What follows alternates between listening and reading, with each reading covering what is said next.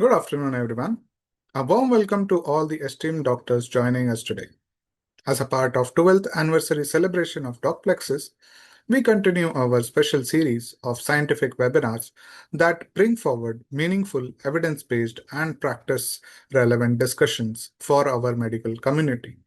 Over the past 12 years, Docplexus has remained committed to facilitating valuable knowledge, and today's topic reflects the need for clarity in one of the most rapidly evolving areas in clinical medicines. Our topic for this session is: Are weight loss drugs beneficial for Indian population? With the increasing availability and popularity of anti-obesity medications globally, it becomes crucial to understand their applicability, safety profile, and real-world effectiveness in the Indian settings. India's unique genetic predisposition, dietary patterns, metabolic differences, and disease burdens create a distinct clinical context, making this discussion both timely and essential. We are privileged to be joined by Dr. Amitav Banerjee, Professor Emeritus of Epidemiology at the Dr. D.Y. Patil Medical College, Pune. Dr. Banerjee brings a distinguished career spanning several decades. He served in the Indian Armed Forces from 1978 to 2005, contributing extensively to epidemiology and public health during his tenure. Following his service, he took on academic leadership roles, including serving as professor and head of Department of Community Medicine at Dr. D.Y. Patil Medical College. With over 100 publications in national and international journals, Dr. Banerjee's work has significantly shaped understanding in epidemiology, public health policy, and preventive medicine. He has also led several funded research projects and delivered numerous keynote addresses at national and international scientific platforms. We are honored to have him with us today to help us navigate the scientific, clinical, and population level considerations around the use of weight loss medications in India. Sir, thank you for taking the time to be with us. We look forward to your insights. Over to you. Greetings to all the viewers. I'm Dr. Amitabh Banerjee, Professor Emeritus. Today we'll be discussing a very important topic, that is the weight loss drugs. Will they address our obesity crisis? I mean, it's in the news. The markets are booming with this. It's promised to be $1 billion industry in our country as well. Last month it topped the sales. So we'll just go. This would be the scope of our discussion. About the rising burden of obesity in India. Like all fast-growing economies, India, middle class particularly, and even the blue-collar class are fast approaching obesity, very high levels of obesity comparable to the West middle class. And there are certain public health implications of obesity. I am from the public health background.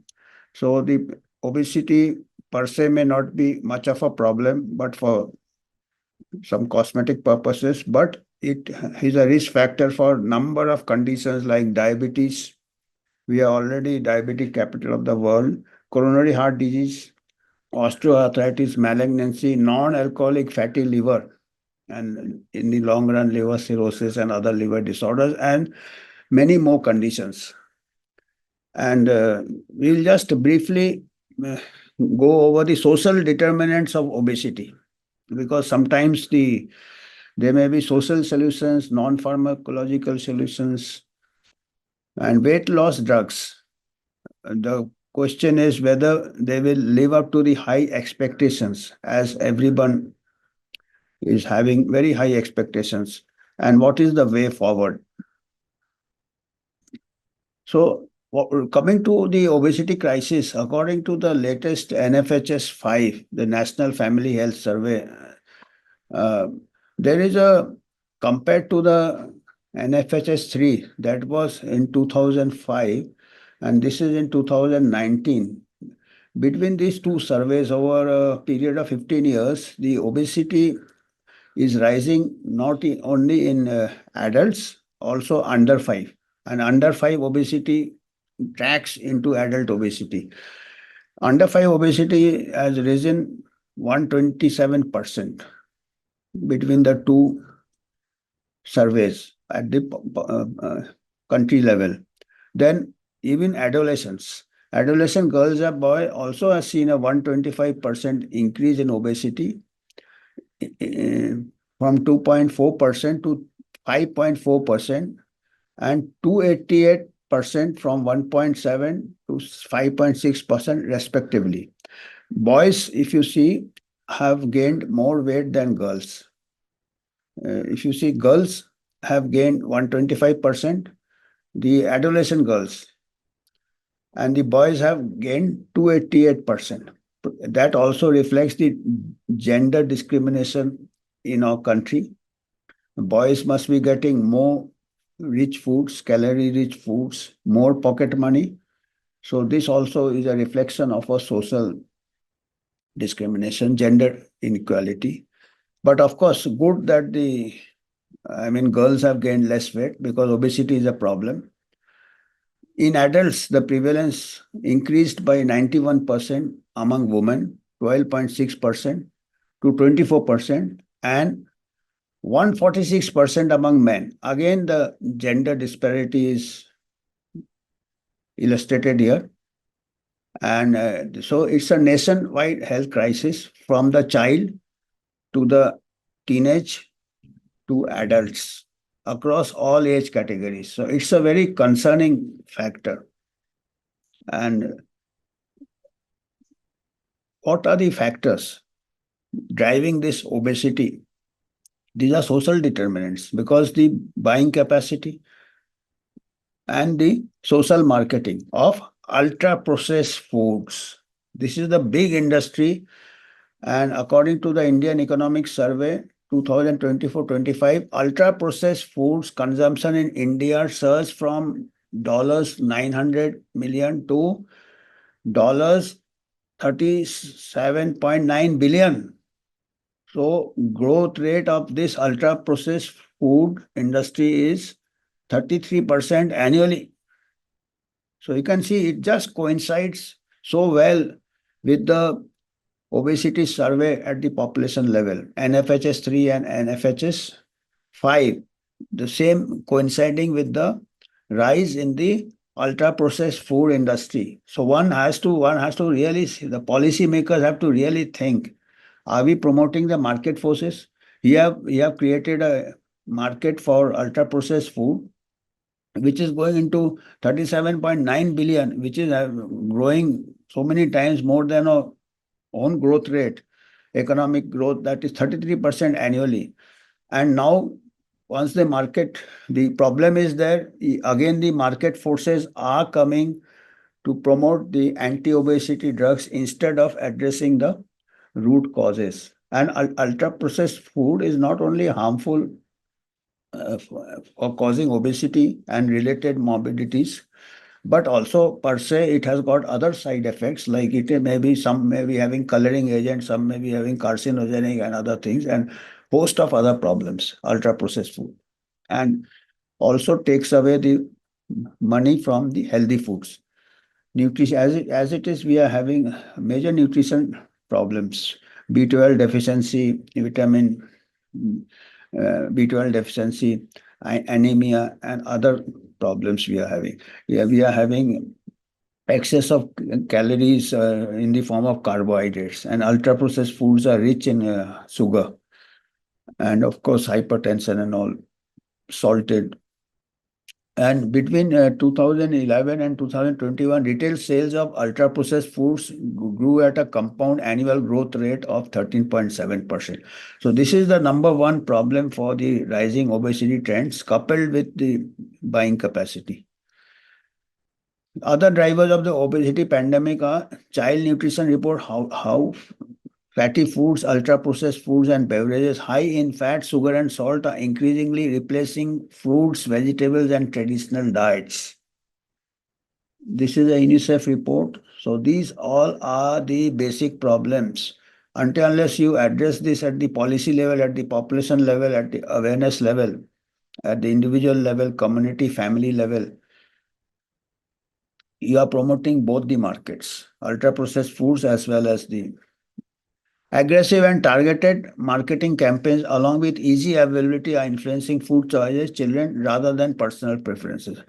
And it's a peer pressure. You see, every day there are children get together, they celebrate birthdays, they celebrate parties, they take pastries, cakes, sugary drinks, fruit drinks full of sugar. It has become a way of life. And those goes accounted, unaccounted nutritional intakes, which are very much surplus, and obesity is growing at a very fast level. Early life factors also there. India is a country which has got a undernutrition and malnourished pregnant woman, which gives rise to intrauterine growth retardation and small weight children. Low birth weight, 20% children, newborns are low birth weight due to intrauterine growth retardation. Then there are 30% plus children are stunted, under 5 children are stunted. And there are studies which show that intrauterine growth retardation and early child malnutrition predispose the Indians to metabolic syndrome in adult life. So we are already genetically handicapped. We are already handicapped, and there are certain genetic factors like Indians have got some genes, thrifty gene known hypothesis, Barker hypothesis, because of this nutritional deprivations in early life or even in early generations due to constant famines and other things, that our genes predisposes us to accumulate central obesity, fat around the viscera and central obesity, less muscle mass. So this is again, we are also vulnerable to the obesity, harmful, particularly central obesity and the adverse effects. So, and the malnutrition or children are malnourished. 30% of our children are malnourished, and 20% of our children have got intrauterine growth retardation. These are the people when they reach middle age, adolescent, middle age, they are prone to the effects of obesity. Then social and gender norms, where adolescent girls and women eat last and least, further exacerbating the issue. And we have seen they may be deprived not only of food, or they are deprived of nutritious food. So they have got anemia, they have got undernutrition, and so women, and then they give rise to children because they themselves are undernourished. The woman, they give intrauterine, they have intrauterine, the fetus has intrauterine growth retardation. So the next generation is also predisposed to obesity in middle life, metabolic syndrome. Consumption and sugar combined with low other social factor is the mechanization and the lack of physical activity. The lack of physical activity is throughout the life cycle from the childhood, because now the pressure of exams, coaching classes, so they don't play much as earlier generation used to play, and also middle life, early adult life, school, college, people have motorized transport instead of bicycles and walking. So they are sedentary lifestyle. Physical activity is not there, and excess of ultra processed food is there, excess of calorie consumption is there. So it's a very straightforward thing. I mean, it's not rocket science. So these are driving the obesity crisis. I mean, if we want to have a permanent solution, we have to address these factors: the physical activity as well as the unhealthy nutrition. Unhealthy food environment dominated by. Now, these are the public health implications, the risk factor, a number of conditions we all know. Non-alcoholic osteoarthritis, and almost 20 conditions, including Alzheimer's and other diseases. Almost 20 conditions have been listed, have been associated with obesity. Now, the question of the weight loss drugs. These are the game changer. Are they really game changer? Yes, they are effective. We cannot ignore the fact they are effective. Initially, they started as anti-diabetics. And now it was found that besides the anti-diabetic effects, they help in weight loss. So these are GLP drugs, which are actually short form for glucagon-like peptide 1. What is this glucagon-like peptide 1, GLP-1? These are actually natural hormones. Otherwise, also the body produces in the gut and in the medulla oblongata, the brainstem. These are hormones uh, which regulate your blood sugar levels, which regulate your appetite, which regulates your gastric emptying, which regulates your signals to the brain that your tummy is full, satiety. So these are natural hormones, which is a sort of a self-regulation system in our, in us, in the intestine. It is secreted, produced in the intestine, and it reducing the appetite, and it is nature's way of or self-regulation. And added with some discipline, we can control our food intake, we can control overeating. But the problem is these naturally producing GLP-1 agonists. These are they are very 1 or 2 hours after we eat a meal. The secretes the blood levels half life is just 1 to 2 hours, and the transient effect. And there is a gap between or satiety center and the we keep on eating. So the effect is very short lived. Whereas these drugs, they have a half life of more than a week. So the effect is prolonged, sustained effect. So it mimics the naturally occurring hormones, GLP-1 peptides, and it is basically it started with treatment for step type 2 diabetes, and now it is also being used as anti-obesity. They are being used as anti-obesity obesity drugs, which are the Indian market drugs dominating the Indian market. Novo Nordisk, they have got semaglutide known as oral Ribelsus and Wegovy injectable. Wegovy and Ozempic are the same, but Ozempic is a low dose and Wegovy is a slightly higher dose. And Ozempic and Wegovy are by Novo Nordisk. I think it's a Danish firm. And Ozempic has been approved for diabetes in India, but not yet for obesity because it's a lower dose. For anti-obesity, I think the dose is little higher, and Wegovy is for the anti-obesity. Then Eli Lilly has Mounjaro, which is the craze nowadays. Mounjaro, tirzepatide, primarily for diabetes, but increasingly used for weight loss. So this is also all are just GLP-1, and many others are in the pipeline. So these are the main ones in India. Mechanism of action, as we already discussed, is a class as GLP-1 drug, which mimic a natural hormone that regulates hunger. It slows gastric emptying, it slows digestion, and acting on the brain's appetite center, which is in the medulla oblongata. They make people full faster and stay full longer. So it's an aid to your normal discipline actually. It's a you are actually the satiety, and as the normal hormone, the effect is 1 or 2 hours. The effect of these drugs are 1 or 2 weeks. So it's something like you can't run for yourself because your obesity. So you have got a runner, a batsman who is injured. So it's a aid to a normal hormone which can run more without getting tired.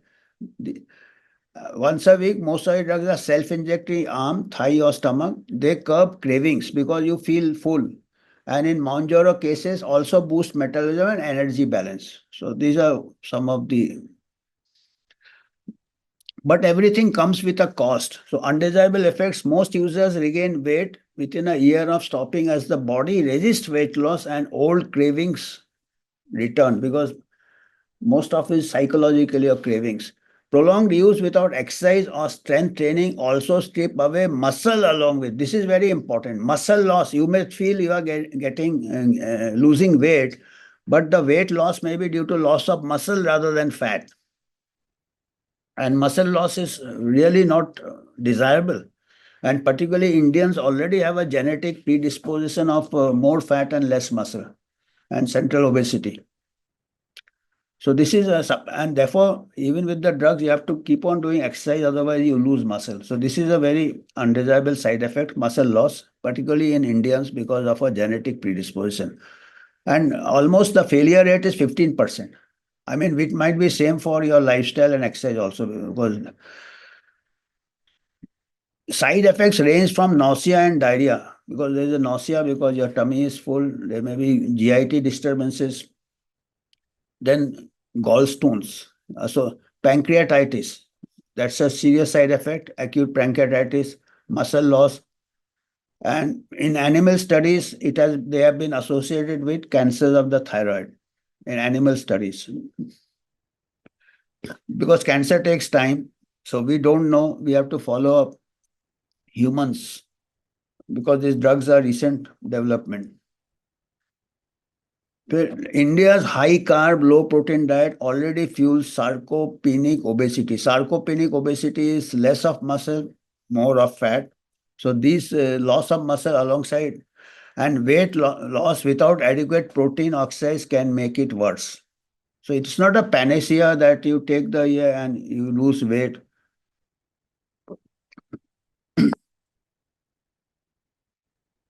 What is the market? Market boom and potential for black market. I mean, in countries, big countries, there is a parallel market also. Whether it is anti-obesity drugs, whether it is a common thing like cough syrups. So there is a parallel market. India's anti-obesity has surged from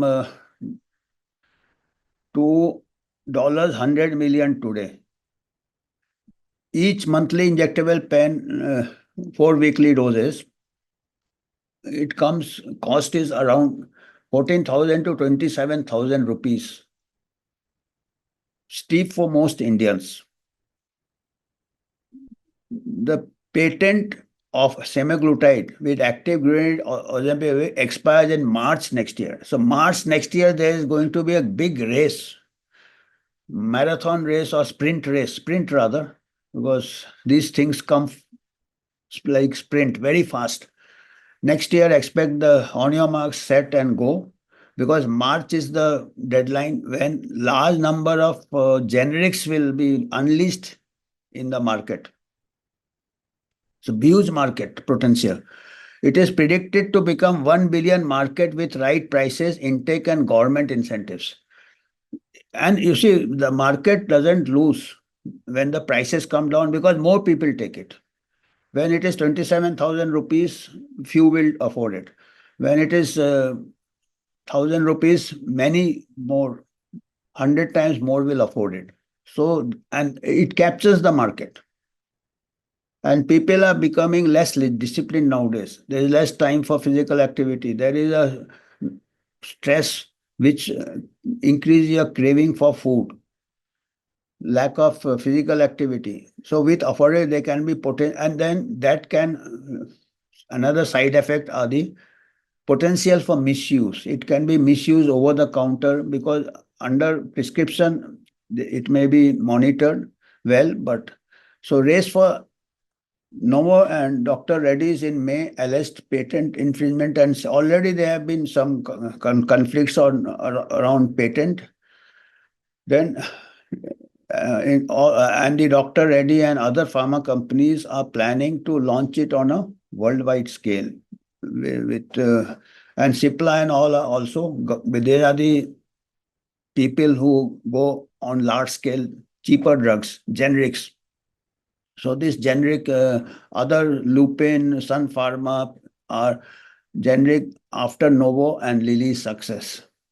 So already the trailer has come. Now we are going to have a large number of production houses making these cheaper generics. The drugs belong to class we have already discussed, health common and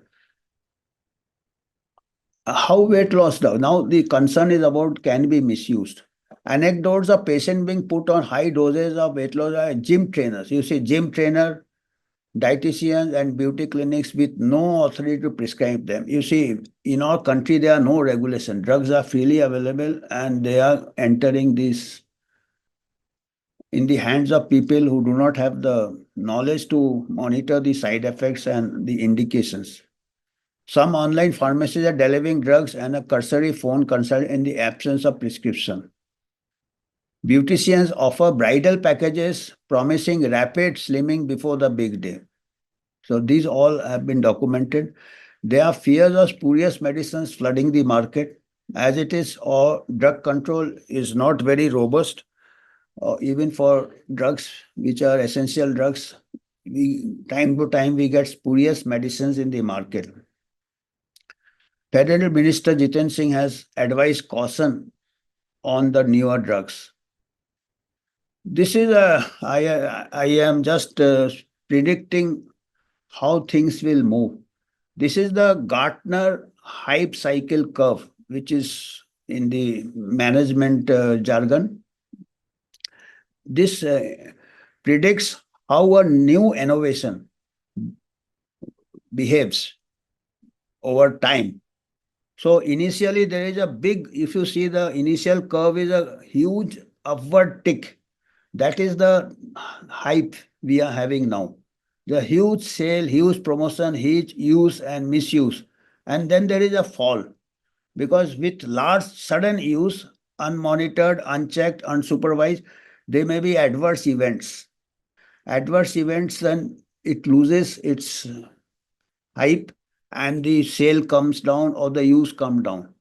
After some time, there is again it goes up a little when used judiciously, new technology is found because all technology have advantages and disadvantages, and so with new technology initially because of market forces, because of media, because of doctors, they think they have got something new, then the patient expectation is that they will get the latest drug.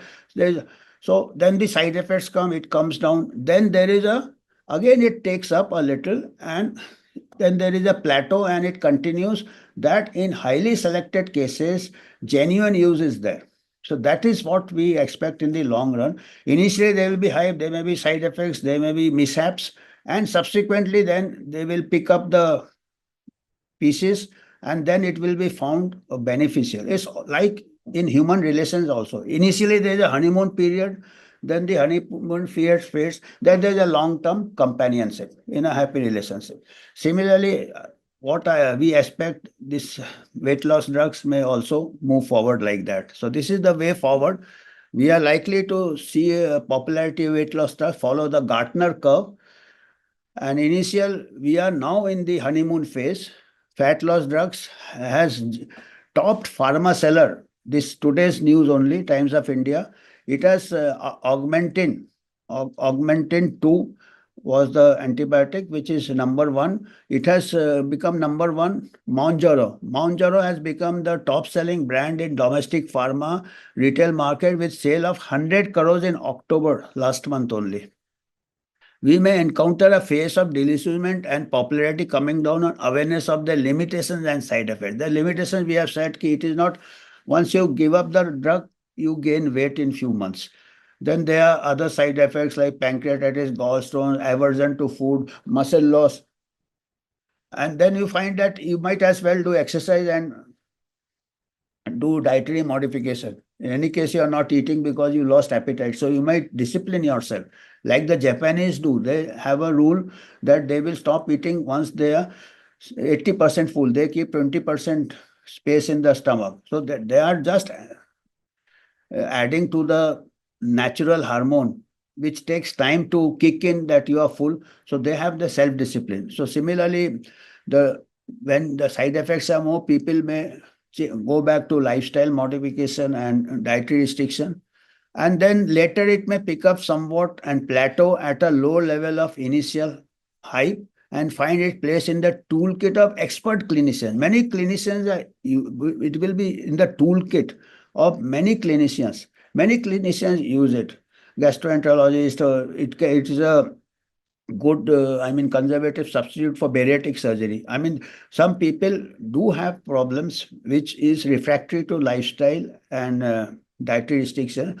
There may be genuine, so those genuine cases may be 10 to 15%, which the expert clinician can identify and use the drugs. These drugs are effective in that way, and the risk benefit can be assessed by a expert clinician only.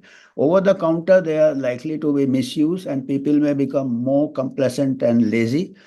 So it is used for cardiologists who will lower the risk factor, may use by some orthopedic, but under expert supervision and with counseling of the patients. But indiscriminate use, which the market forces have a vested interest, that requires, I mean, I think time only disillusion may come, or awareness will come. But as on today, we are in the first phase of the hype, and because these are new products, we have to wait and watch and well monitored the way forward to have a good pharmacovigilance, because unfortunately that is also a weak point in our monitoring the phase 4. When the drug is in the market, we should have a good reporting and more research, long-term research cohorts to exactly, and particularly we should just not, as we have already seen, we have got genetic factors which predisposes us to muscle loss. So we should have our own research as these drugs are used, well conducted research to know what are the risk and benefit. I think that's all. I have some references. This is the National Family Health Survey and UNICEF. These are the child obesity figures I have taken from this. And these are the obesity risk from a paper. Then these are the news media which are monitoring the sales and the distribution and the patent scene. So I think that's all. Thank you so much, sir, for that enlightening presentation. I would now like to move to a few questions. My first question to you is, do you think the availability of weight loss drugs could lead to a false sense of security amongst patients, reducing motivation for dietary and lifestyle changes? That's a very important question, actually. That is, we are becoming more passive, and this can be a temptation. That's why this should be administered under supervision of an expert clinician. An expert clinician always they say that even if you take this anti-obesity, firstly, they will prescribe it only if it is genuinely indicated, only if lifestyle and dietary modification fails, only if exercise fails in few cases. Firstly, they will prescribe it only in those cases, and secondly, they will, after prescribing these drugs also, they will counsel the patients that physical activity and dietary control still should continue. It should not, it is an addition to the lifestyle. It is not a substitute for the lifestyle, and particularly they have to carry on muscle strengthening exercises, because these drugs have a impact on muscle loss. I mean, they cause muscle loss as a side effect, and Indians do have this vulnerability. So it has to be given like that. So that is what we fear, that if it is easily available in the black market, over the counter, by gym trainers, by beauticians, so that always that hazard is there. Yes. Thank you for answering that. My next question to you is, are there concerns of off-label or unregulated use of these medications similar to what we saw with appetite suppressant in the past? Yeah, definitely, definitely. This is like even if we try to make it only on prescription of a doctor or an expert, people may use it off level. They may collect their diabetic prescriptions, because basically these drugs are primarily used for type 2 diabetes. So they can collect the prescription of a type 2 diabetes, and they may collect a number of prescriptions from number of doctors, and off label they can buy it, procure it from the chemist, and they can use it for weight loss. That is always there. And we have a lot of loopholes that way. Firstly, the chemist, most of the drugs are freely available from the chemist. So that, of course, off-label use is a concern. And we require public awareness on that. We require public awareness, which has to be from independent platforms like Docplexus and other platforms, or even people who watch these platforms. For doctors' awareness also, because a lot of doctors may prescribe indiscriminately, and definitely off-label use should be discouraged. Thank you for answering that. My next question to you is, from an epidemiologist's standpoint of view, what policy level change are needed alongside pharmacotherapy to truly tackle the obesity epidemic? Yeah, that's a good question. In fact, as an epidemiologist, I would never recommend it for population use. I'll not recommend it for population use. I will only recommend it for tertiary care, I say. I would say tertiary care, not only primary, secondary. I will recommend it for tertiary care. I'll explain what I mean. Primary prevention of obesity is good exercise. And for that, we require some policy changes. We don't have walking tracks. We don't have cycling tracks. People cannot exercise. We do not have control on marketing of ultra processed foods. Lot of temptation, high pressure marketing. So that is the primary prevention. Primary and secondary prevention is when there is early obesity, you start your lifestyle changes. That is secondary prevention. You start your lifestyle changes, your diet, your exercise, and when that fails, then it is a tertiary care. I mean, nothing is a panacea. Like the failure rate of anti-obesity drugs is also 15%. The failure rate of lifestyle modification and exercise and diet control is also maybe around 15%. So 85% of the general population will benefit from physical activity and lifestyle. Only 15% may require these anti-obesity drugs, and that has to be made, decision has to be made by the specialist, by a specialist clinician who is qualified in and obesity treatment. And so that is how it should go. It for the majority, we should not look this as the first crutch. It is a crutch. It will make us weaker, and it comes at a price of side effects. It can pancreatitis is a serious side effect, gallstone disease. Then we don't know the long term, like in animal models, the thyroid cancer is there. And particularly childhood obesity, young people obesity, if they get hooked on this anti-obesity drugs, they will be taking it for a longer time with more chances of long-term side effects. So definitely it's not a population level panacea. We have to have exercise, we have to have dietary control on healthy foods, unhealthy foods, I would say, ultra processed food. Thank you so much, sir, for addressing these queries so comprehensively. Thank you once again, Dr. Banerjee, for sharing such an analytical and evidence-driven perspective on this topic. Your insights on the suitability and implication of weight loss pharmacotherapy for the Indian population have truly provided much needed clarity for clinicians navigating this emerging space. A heartfelt thank you to all the doctors who joined us today as a part of Docplexus 12th year anniversary. Your participation and engagement continue to strengthen our platform's mission of enabling high quality medicine, learning, and collaboration. We look forward to welcoming you to our upcoming anniversary sessions. Until then, have a wonderful evening ahead. Thank you.